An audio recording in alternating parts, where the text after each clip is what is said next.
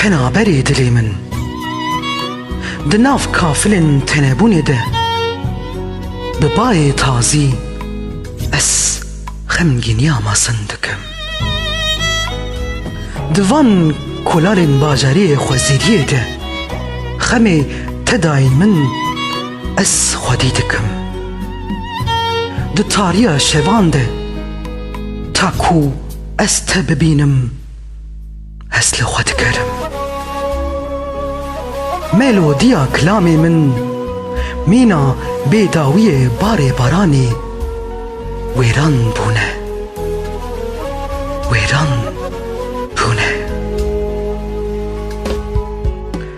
Destê te li ser notaya tenebûna min nîşan dayne. Hem bêz bike tenetiya min, yar tenetiya min hem bêz bike. Yar ez bûme penaberê çavê te, girtim amede zindana dilê te. Yar ez bûme penaberê çavê te, girtim amede zindana dilê te. Wek azadî dijwar e bîna te, tu bipirse bêje çi ye halê te. Wek azadî dijwar e bîna te, tu bipirse bêje çi ye halê te.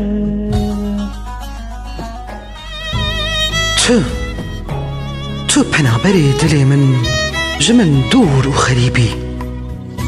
Tu diçî û dibê felek û çerxa xwe li nîlê dilê min dixî.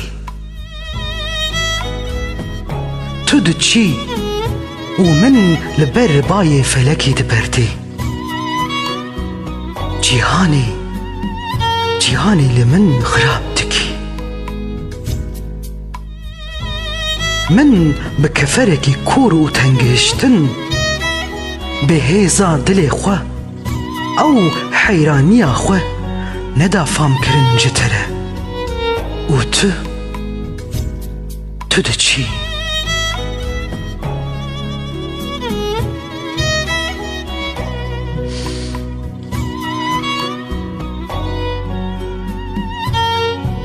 Şopên lingê te de memînim li van kolanan û ez ê li dûv te binêrim. Yar ez ê hertim li dûv te binêrim.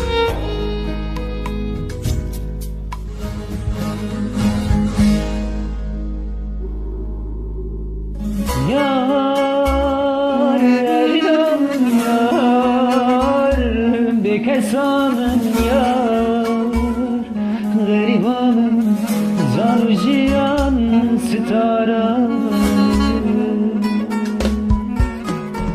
Yar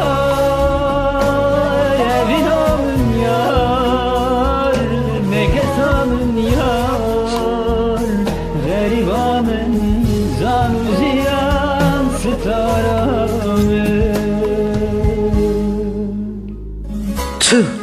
Tu bûyî penaberê dilê min, ez bûm penabera mîna firarekî li welatekî biyanî û hewdilanî revînî bikî. Mîna suçdarekî di zindana bin erdê de, ez wisa ketim zindana dilê te de. Dilê min bûye girtgiya û xîzîna dilê te yar.